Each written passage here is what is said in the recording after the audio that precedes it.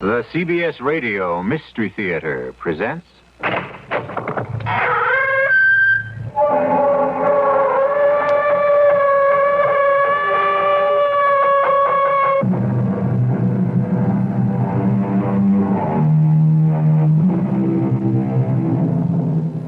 Come in. Welcome. I'm E.G. Marshall. Murder, we are told, will out. As will, I believe, truth. Which is to say that most murderers, though not all, are eventually exposed and made to pay for what is considered certainly the most heinous crimes of all, the taking of another's life. Such was the case with the charming, debonair, and totally amoral Greg Manchester, who felt sure he had committed the perfect murder, only to discover...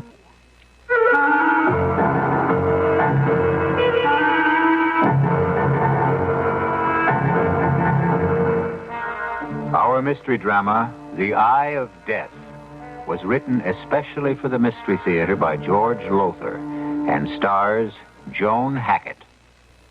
I'll be back shortly with Act One.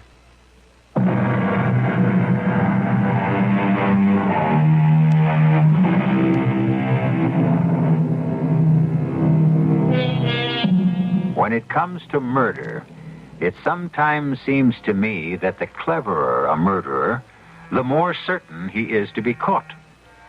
For as the annals of crime reveal, he tends to outsmart himself.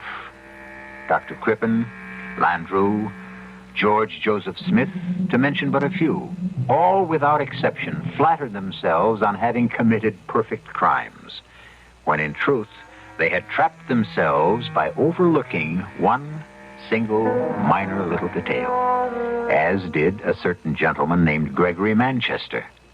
Listen. Murder? You are accusing me, Sandy, of planning to murder your mother? Is that what you said? Don't twist my words, Greg. I said it wouldn't surprise me if she had a fatal accident and died suddenly. Oh, Sandy, don't even speak of such things. Just the thought makes my heart skip a beat. I'm sorry, Rose. How is your heart? Oh, same. Mother thinks I ought to see another doctor. Sandy, I'm sorry you feel about me as you do. I hoped when I married your mother that you'd become as much my friend as your sister has. Why, if you could have heard me talking about you at my club, how proud I was going to be to have the famous photographer, Sandy Oakes, for a stepdaughter. Can't we be friends, Sandy? Friends? Sorry, Greg, but your charm is wasted on me. You charmed my mother into marrying you, charmed her into turning over all of her money to you, charmed her into taking out a $100,000 life policy with you as a beneficiary, Well, now, my dear, why not? After all, Sandy, I am her husband. And a fast worker. Married less than a month. You certainly haven't wasted any time getting this marriage to pay off for you. Oh, now you're accusing me of marrying your mother for her money. Is that it, my dear? You can believe it. Oh, now, Sandy. Rose, it's true, and I'm telling you straight out. This clothes horse with his blonde hair and his Sir Walter Raleigh manners is nothing more than a sharp operator, a con artist. And that's what I've come here to tell my mother, and I will tell her if she ever gets out of that bath and comes down here. Sandy, you're all upset. Upset? I'm steaming, and I've been steaming ever since I heard about this new life insurance policy. When Mother phoned and said that she'd just taken out a $100,000 policy with dear Greggy as a beneficiary, I could have... Oh, what is that? What? Oh, it's a stain on the ceiling. It's a water stain. The bathroom is just above us here. Oh, now, don't tell me the tub's overflowed. What? If your mother's had another of her fainting spells in the bath, you better get up there. Come on. What fainting spells? Mother's never had a fainting spell in her Oh, no, life. you're wrong there, Sandy. She never told you, but she's had a number of them. Sudden blackouts since your father died. The shock of his death, I don't know. And she's had two since we married a month ago. God grant she hasn't had another. Not while taking... Oh, here we are. Oh, no. Mother! Mother! He killed her, Joe. He killed her. Now, sweetheart... Joe, he did. He drowned her in that tub. All of that talk about sudden fainting spells, blackouts. No way, Joe, no way. Now, look, my dear, lovable bride-to-be, I don't like Gregory Manchester any more than you do, and I couldn't agree more that he's the phony you claim he is, but you're no fool, Sandy. A camera nut, maybe, with that camera of yours always slung around your neck, but you... Joe, photography is my business, and I don't know how many pictures I'd have missed if I didn't keep this high-powered Instamat ready at all times, and really, I don't know why it bothers you. Well, it's nothing. Oh, excuse me. Yes? Yes, have them come right in. Manchester and your sister. I'm going to try to get Rose to move in with me now that Mother's gone. Come in, Rose. Mr. Manchester. Thank you. Hello, Sandy. Hello. How are you feeling, Rose? Oh, all right. I want to talk with you privately after the reading of Mother's will. What about, Sandy? Later, dear. Well, we're all here, so I'll get started. I, Geraldine Oakes Manchester, a resident of the city of... Wait a minute, Joe. Yes? Geraldine Oakes Manchester? Your mother made a new will after she married Mr. Manchester, didn't she tell you? No, Well, she told me she was going to. she didn't. I'm sure I know why. Another slap at me, Sandy. Are you implying I changed her mind about telling you? If the shoe fits, Greg. Now, hold it, please. We're here for the reading of a will, and I suggest we get on with it. I, Geraldine Oakes Manchester, a resident of this city...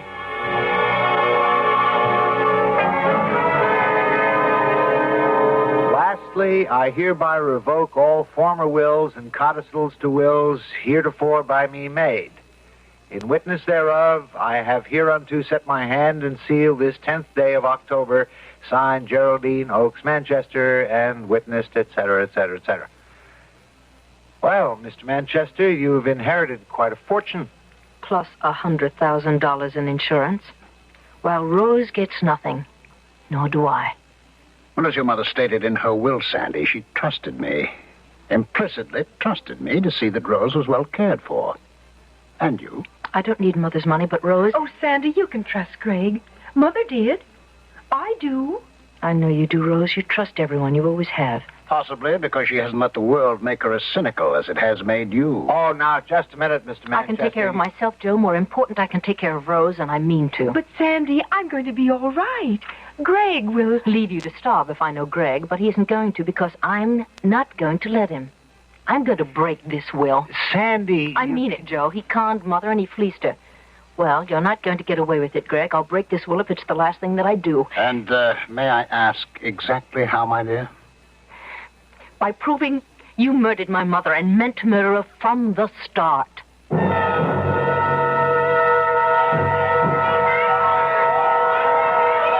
Have some more shrimp Creole, Florence? Oh, Greg, darling, I couldn't. I simply couldn't. You know I'm on a diet. Oh, nonsense. This is no time to stay on a diet. In the first place, it's Mardi Gras week. In the second, I brought you to the finest restaurant in New Orleans. Oh, you dear, delightful man. And in the third place, why, anyone with your figure feels the need to diet. That baffles me utterly. Oh, you are a dear and delightful man.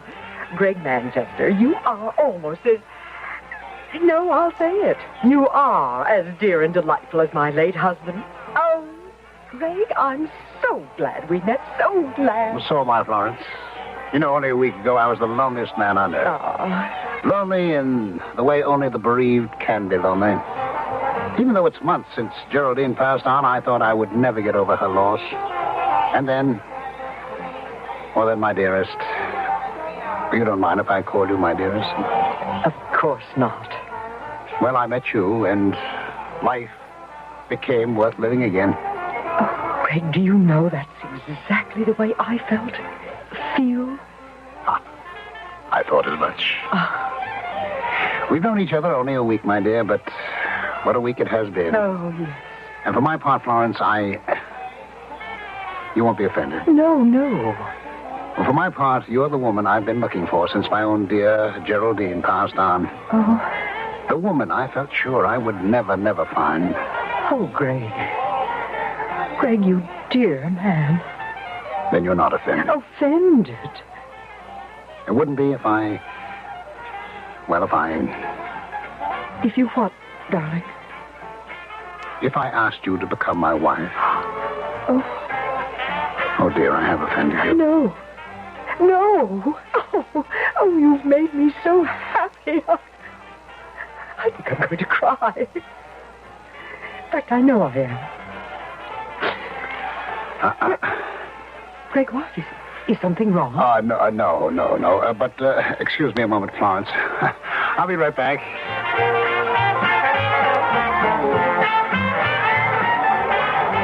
Well, Sandy Oaks, girl photographer, camera and all. Greg Manchester, con artist and murderer. Next victim and all. What are you doing in New Orleans? Mardi Gras week. I'm covering it. For Cosmopolite. You're lying. You found out I was living in New Orleans, and you followed me here. Care to see my press credentials? If Cosmopolite sent you, you asked for the assignment. Oh, how right you are. Now, you listen to me. Any more trouble from you, and I'll make you know what trouble really is. Trouble? What makes you think I'm out to give you trouble, Greg? Because you followed me here, because I suddenly spotted you snapping a picture of me and Mrs. Chapman. I took more than one before you noticed me, Greg. They may come in handy. I don't see how. Well, then, look over there, Greg. See that sign? The one that reads Mardi Gras Week? Exactly. From that angle, I caught not only you and Mrs. Chapman, but that sign hanging behind you on the wall. So what? The time element, Greg, and the place. I can hear a district attorney saying to you at your trial for murder, quote, "You did know the widow, Mrs. Florence Chapman, as early as Mardi Gras week, didn't you? In New Orleans, wasn't it?" Unquote. My murder trial. You are going to kill her, aren't you? For her money? After you marry her? Tell me, does she have any children you can leave penniless as you did my sister Rose? She went to live with you. You're very successful, plenty of dough. You take care of her. I am. I'm also going to take care of you. Now, Sandy, I warn you. Cool it, con man. I am not my mother that you're talking to now, nor my sister Rose, or that lovely victim of yours over there. A photographer gets around. You think you're the cleverest thing that ever happened. You are. But, Buster, it's your cleverness that's going to put you behind bars, because somewhere, somehow, you're going to think you're so clever that you'll make one little mistake, one fatal little mistake, and when you do, I'm going to be there. Be smart, eh? Get out of my life and stay out of my... Excuse me, I don't mean to interrupt, but, Greg, dear, won't you introduce me to that very attractive friend here? Well, dearest? Yes, of course. Sandy Oaks. My stepdaughter. Oh, you're not the daughter of that poor woman who drowned accidentally. Yes, Mrs. Chapman, I am. You know my...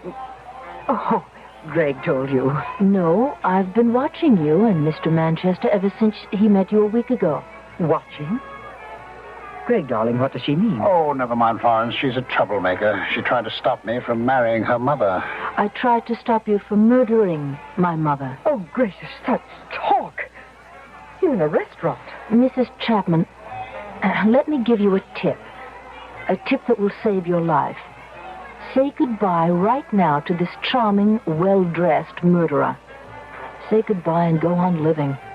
Well, Greg, I believe you're right. This girl, well, I don't know what she is, but she is. I'm sorry I came over. I'll wait for you at our table. Yes, of course, Florence. Well, you see? She's as naive and as trusting as my mother. And my sister. Or others you've murdered. Oh, so it's others now. Look, Sandy, you said I'm clever. Well, I am clever. A hell of a lot cleverer than you are, doll. I guess the only way to get you off my neck is to prove it. And just how will you do that? The only way I know. Murder. Don't get me all choked up. I know you. I'm ready for anything you try. Murder me? You don't have much of a chance, Mr. Manchester. Oh, murder you. No, not you. Who then? Your sister Rose, whom you love so much. Who else?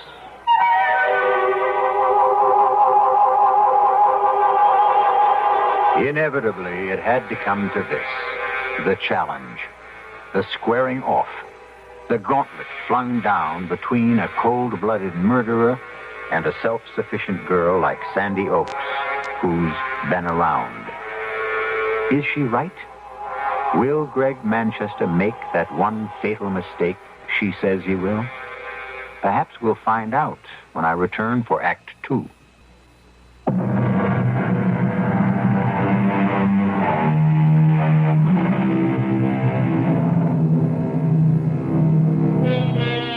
Much has been written on the psychology of murder and murderers.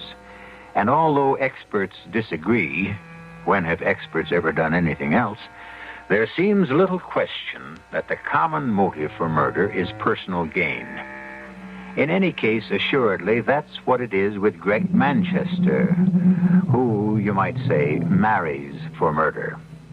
But now Sandy Oakes, veteran freelance photographer, has set out to prove that Manchester murdered her mother, even as Manchester threatens that if she doesn't leave him alone, he will kill her invalid sister, Rose. Sandy, your mother drowned in her bath after suffering a blackout. My mother never had a blackout, a fainting spell in her life. Manchester spread that story to cover himself. Yeah, but you can't prove it. And until you can, I'm warning you, drop it. I'm not afraid of a suit for libel or slander, if that's what you mean. What I mean is, I'm afraid for your life, if what you say is true. It's Rose's life I'm worried about. If anything happened to me, she'd be alone and penniless. You don't ever have to worry about Rose while I'm around. You know that. Of course not. But, good Lord, I didn't realize it was this late. I've got to rush. What? Just when I was about to invite you to lunch? I'm sorry, darling, but I'm due at the Metropolitan Photographic Exhibit in half an hour. I promised to advise the committee on how to hang the prize exhibits. Oh, including one of yours. Which reminds me, I owe you an apology. An apology because I won a prize? Well, I'm always kidding you about carrying that fancy camera of yours, but if you hadn't had it with you and shot from the hip that day, you'd never have caught that picture of an old man being mugged. And the muggers. Oh, the cops nail them because of what I photographed. Which reminds me, I've got to see Lieutenant McCoy at headquarters after the photo exhibit. What for? The information I dug up in New Orleans about Greg Manchester. Now, it may not mean anything to you, darling, but I'm hoping it will mean plenty to Lieutenant McCoy. It means nothing to me, Sandy, nothing at all. But, Mac... Sandy, I checked it out. Yeah, sure, Manchester was married before he met your mother. And sure, his wife died of an overdose of sleeping pills, but the coroner's verdict was death by accident. Oh, Mac, you put me away. You really do. I don't get you. His wife dies of an overdose of sleeping pills, and he inherits over $50,000. He marries my mother. She dies by drowning. He inherits every cent she has, plus an insurance of $100,000, taken out less than a month before. 2 deaths, 2 so-called accidents, and Greg Manchester hits the financial jackpot. That doesn't strike you as fishy? Oh, yes, but I... Now he's going to marry this other wealthy widow, Florence Chapman, less than 3 months after my mother dies. Sandy... Oh, and he threatens to kill my sister Rose if I don't lay off. And you sit there and you tell me that you don't think that Manchester is a cold-blooded murderer. No, I didn't say that. I said he's clean, Sandy. As a cop, I got to play it by the book, the rules of evidence. Maybe Manchester did kill your mother and his previous wife, but I haven't got a shred of evidence to prove he did. And neither of you. Well, have you? No, but I'm going to get it. Sooner or later, Manchester is going to make one slip. One little slip, and I'm going to be there when he does. Taking pictures of him as he does, I'll bet. It isn't funny, Mac. No, I'm just cracking wise about you and your trusty companion, that camera. Laugh. But it caught you a couple of muggers, and Mac, it may catch me a murderer.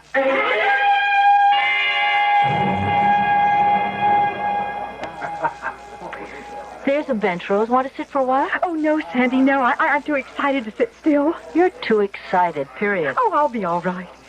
Oh, it's such a thrill for me just to get out of that apartment. But on top of that, these wonderful pictures. Holzman, Eisenstadt, Kepler, and you. That's what I call really sisterly love. Putting me in that class. Oh, you won a first prize. Yes, but in photojournalism, and there's nothing arty about my stuff. A first prize is a first prize, and I'm not going to argue. Rose. Oh, Sandy, maybe I'd better sit down for a minute or two. Yes, right there. How bad is it? It's not bad. But Sandy, would you open my bag and take out the bottle of nitro pills? Yeah, just a sec. Here. Wait a moment now. Here we are. Here. Stay here. I'll get you a cup of water. Excuse me, please. Excuse me. I just want to get through to the water cooler. We're here. Let me help you. Thank you. You. Yes, me. What are you doing here, Greg? Mrs. Manchester wanted to see the exhibit. She married you then? And I wanted to see you. Figured you'd be here, so I've got no time for you now. I've got to get a cup of water for my sister. Well, here's the cup. There's the water. I want a word with you, Sandy, about... Would you get out of my way? Excuse me, please. Excuse me. Rose, dear, here you are. Oh, thank you, Sandy. Thank you. Are you better? Yes. Much. I think it would better go. Sandy, I haven't seen everything yet. Your heart. Oh, drat my heart. My first day out of the apartment in weeks. I'm going to make the most of it. I'm going to see everything there is to see. Oh, look who's here. Hello, Rose. How are you, Greg? Never better. You? Pretty well. Thank you. I meant to call on you when I got back from New Orleans, but I felt your sister wouldn't approve. You're right, Greg. Her sister Oh, wouldn't. now you too. Oh, it's all right, Rose. It's all right. Sandy and I aren't going to have a scene. I only wanted to say hello. So, if you'll excuse me, I'll rejoin my wife. Goodbye, Rose. Goodbye, Sandy. Oh, give my regards to Lieutenant McCoy next time you see him, will you? Lieutenant McCoy? The police lieutenant you went to see this morning. About a certain little matter. How do you know that I went to see McCoy? And what I went to see him about? Oh, does it matter? I know. I think it was very foolish of you, Sandy. Do you? Oh, yes, very. In fact, as I intimated to you in New Orleans, it could even be dangerous. Deadly dangerous. Not for you. Not immediately for you. Well, goodbye for now. Sandy, what was that all about? Nothing, Rose. Nothing. What did Greg mean? It could be deadly dangerous. It's nothing for you to worry about, Rose. Well, all right, if you say so. Funny, though. What? I'm worried somehow. Suddenly, I'm very worried.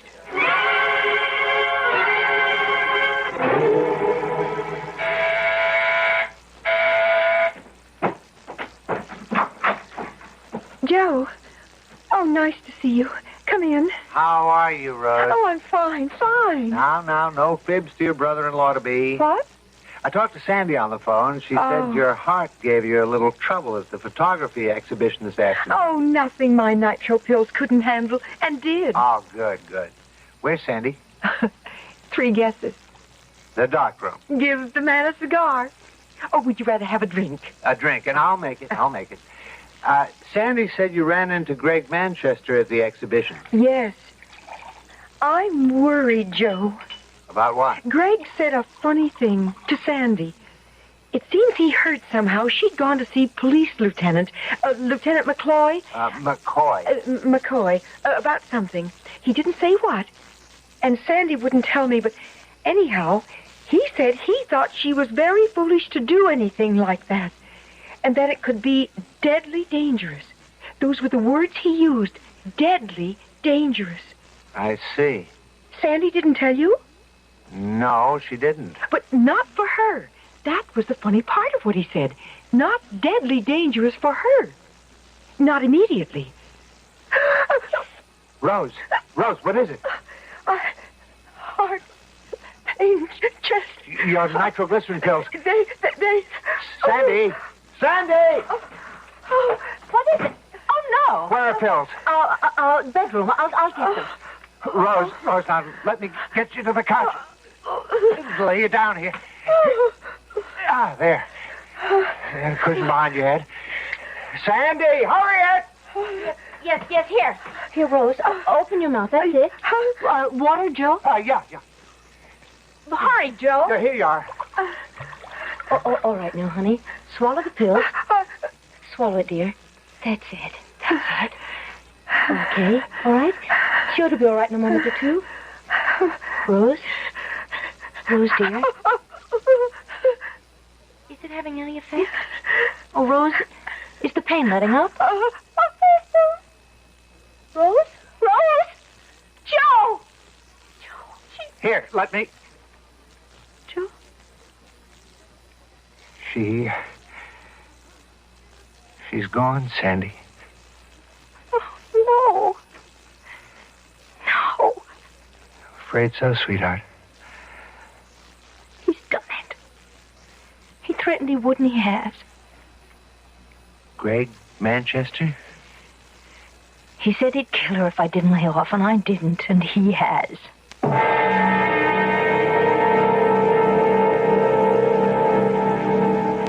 Thank you, Mac. Goodbye. What'd he say, McCoy? The toxicology lab tested the pills Rose took that I gave her. Oh, Sandy. All right, come on now, honey. The pills. They found that they were triple strength. Triple the amount of nitroglycerin prescribed for Rose. That's impossible. No pharmacist would make a mistake like that. The pharmacist didn't. They got him out of bed and they met him at his place and checked his records. He made no mistake. Well, then how...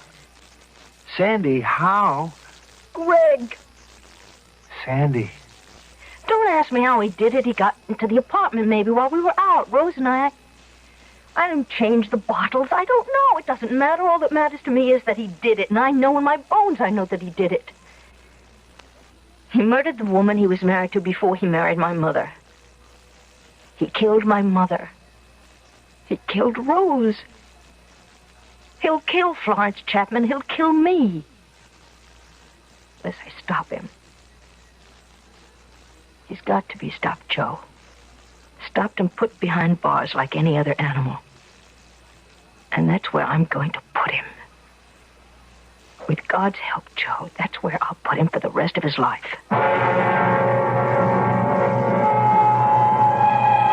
Brave words. Words spoken under the pressure of emotion. Well, I think I can tell you at this point that Sandy did put Greg Manchester behind bars for the rest of his life when he made that one fatal slip. I was about to say that he overlooked something. But the fact is, he never saw it. But Sandy did. Or, to be more precise, her camera did. I'll return in a moment for Act 3.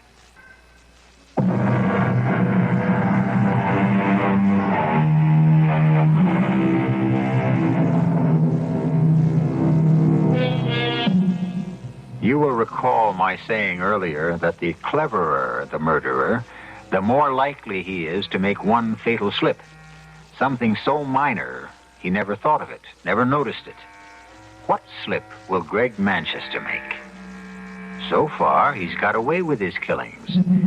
Sandy Oaks doesn't know where Greg Manchester will make that fatal slip, or when, or more particularly, how. But make it, she knows he will. And as I've told you, make it he did. The question is, what insignificant but very final mistake did he make? You dare show your face here? I came here to this funeral home to see Rose for the last time. I am her stepfather, Sandy, and have the right. Murderer. Sandy. Get him out of here, Joe. There's no need, Joe. I'm going. May I have a word with you outside? Of course. Sandy, pull yourself together. Well? Joe, you're a lawyer. Would you give me some advice? What am I to do with her? She hates me. Has hated me from the moment we met. I don't know why. Chemistry, I suppose. Not much I can say to that, Greg, except you're a liar. I beg your pardon? You're a liar. It isn't chemistry between you and Sandy. It's Sandy's awareness, her awareness from the first, her trained awareness, because she's photographed so many people, that you're a phony. I agreed with her about that after only short acquaintance with you, Greg, but I didn't agree with her that you're a murderer. I agree now. You can't mean... You think I murdered Geraldine? I think you murdered Geraldine and Rose. I think you murdered another woman. In fact, probably other women. You can stand there and to my face say... Say it because it's obvious. There's such a thing as coincidence, Greg. But your history, your married history, goes beyond coincidence. And you are calling me a murderer. I thought I'd made that plain. You're skating on thin ice now, and you're going to go through it. And when you do, you're going to find the water bitter cold, Greg. Bitter cold. Won't you sit down, Miss Oakes? Thank you, Mrs. Manchester. Let me say, I only agreed to see you when you phoned and said you wanted to talk with me alone. I only agreed because you are his stepdaughter. Mrs. Manchester, I wanted to see you because someone should warn you. Greg Manchester is a murderer. What are you saying? He murdered my mother. He murdered my sister Rose. He murdered the woman he was married to before he met my mother. He's going to murder you. My dear, do you realize the gravity of this accusation? The important thing is that you realize What it. I realize is that you are a bitter and malicious young woman who, for some reason, I am totally unable to understand, wants to malign a man who has never done anything but good for you. Good? What do you mean? Your mother left him all her money, didn't she? Yes. He was also the beneficiary of her life insurance, wasn't he? Yes. And all of this, the fortune he might have had, he turned over to you and your sister. Is that not so? It certainly is not so. Greg told me. Then he lied. He tricked my mother into giving him control of her money, power of attorney, and all of that, and then taking out a $100,000 life insurance policy, and then he killed her. Can you prove that? No, I can't, not yet. But whether I can or not, I think what you should keep in mind is that at least 2 previous wives have died suddenly and mysteriously after giving him control of their money. Have you? Why, yes, I have. Oh, but I can't believe this. I won't believe it. My husband is one of the most dear and delightful men I've ever met. Thank you, my dear. Thank you for your trust in me. Greg, we didn't hear you come in. Well, I'm glad you didn't. Otherwise, I'd not have overheard my stepdaughter's accusations. Sandy, I must ask you to leave. And please, don't come back. Goodbye, Mrs. Manchester. And good luck. Well, I hope that's the last we see of her. I'm sure you didn't believe the lies she must have told about me. Why, no, of course not, Greg. You don't sound altogether sure, Florence. Well, yes, I am. Only, Greg, you told me you had handed all your former wife's fortune over to her daughters. No. What? Well, you misunderstood me. I said that I intended to do it. But I haven't had time to get around to it yet. It's quite involved, you know. Certain legalities which take time. And you don't believe me, do you? No, I do. Only I'm certain you said you had already given them the money. No, you're mistaken, my dear. Greg? Yes? That power of attorney I signed the other day. Yes? Don't be offended, dear, but just as a matter of interest, does it give you control over my money? Now, that's an odd question, Florence. Does it, Greg?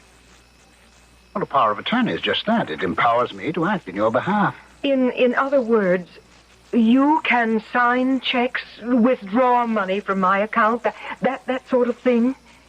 Yes, that sort of thing. I see. No, I don't think you do. For instance, you don't see that you have just signed your death warrant. Death warrant? I want you to go into your bedroom, start packing. Packing? You're going to visit your sister in New Orleans.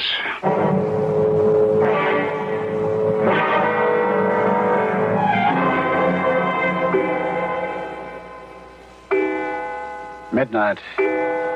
Make the call, Florence. Make it or I'll shoot you right now.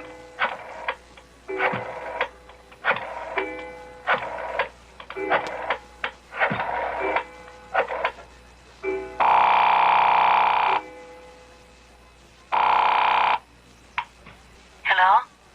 Miss Oakes, this is Mrs. Manchester. Yes? I've got to see you right away. Could you come here to my apartment? My fiancé and I were just about... It's urgent, Miss Oakes. Dreadfully urgent. Please come. Of course, all right. We'll be there as soon as we can Oh, make it. thank you. Goodbye. She's coming right over? Yes. Greg, please don't kill me. I'm sorry, Florence. I'll give you my money. I've already got it. Then why kill me? Pleasure, my dear. Simple pleasure. I find a certain thrill in murdering someone, especially silly women like you. When Sandy pushes that door buzzer, listen to it carefully, Florence. It'll be the last sound you hear in this life.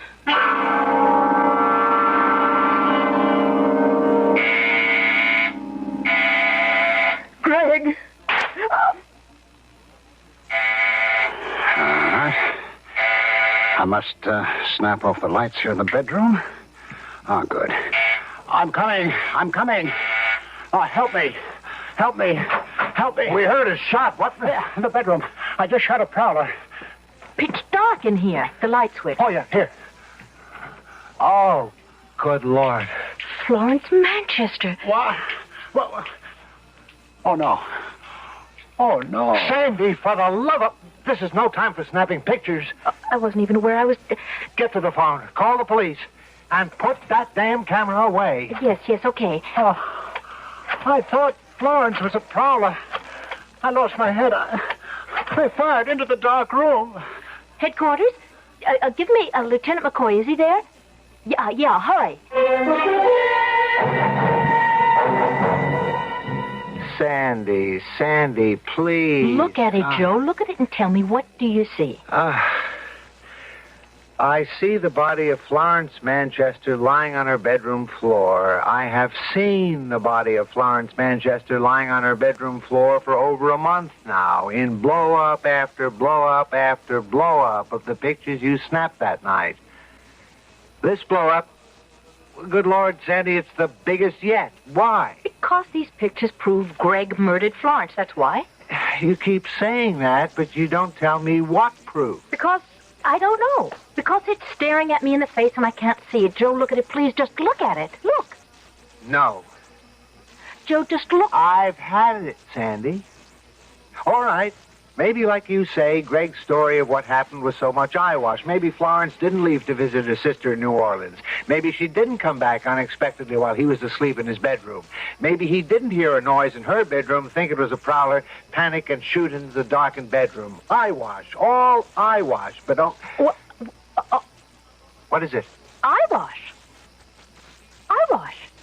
Give me that brew up. Ooh, with pleasure. That's it, Joe. That's it. What's what? The proof that he murdered her. The proof I've been looking for but couldn't see, Joe. Florence Manchester's eyes. Look at her eyes.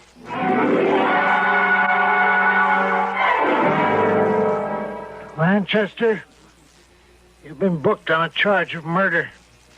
The murder of your wife, Florence. Now, look here, Take it Lieutenant. easy. Thanks to your stepdaughter, Sandy Oakes, here, we have positive proof that you deliberately and with malice aforethought shot Florence Manchester to death. What proof?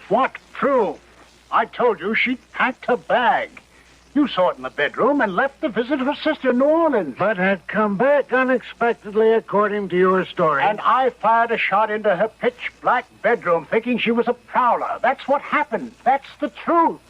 No, it's a lie. This photograph of your wife's body, Sandy took it within a minute or two after the shot was fired. So? Look at it, Manchester.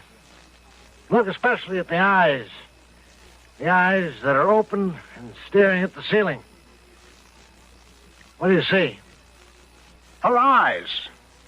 What else am I supposed to see? The size of her pupils. Look at the pupils of her eyes. Tell me what you see. I see the pupils of her eyes. Contracted. Contracted to the size of a pinhead. The human eye is like a camera, like that Instamax Sandy always carries. The darker an object or a place, the wider the pupil of the eye expands. The brighter an object or a place, such as your wife's bedroom, the narrower the pupil becomes, contracts. What's more, Manchester, when a person is killed instantly, as your wife was, the pupil remains unchanged for 2 to 3 minutes. You're saying it. The photo says it, not me. You stated that you fired that shot into a dark bedroom, killing your wife by accident. Her eyes, contracted to pinhead size, prove that she died in a lighted room, a brightly lighted room. If you have anything to say, make it in the form of a confession, won't you? On second thought, I'm not sure we need bother. It's all on film, Manchester.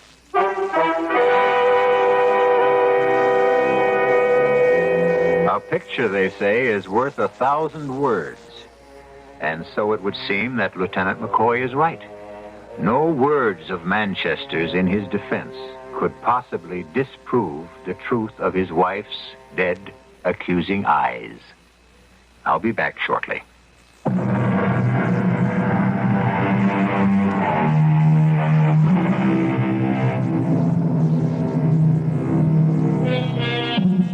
Gregory Manchester is no longer a name, but a number at State's Prison.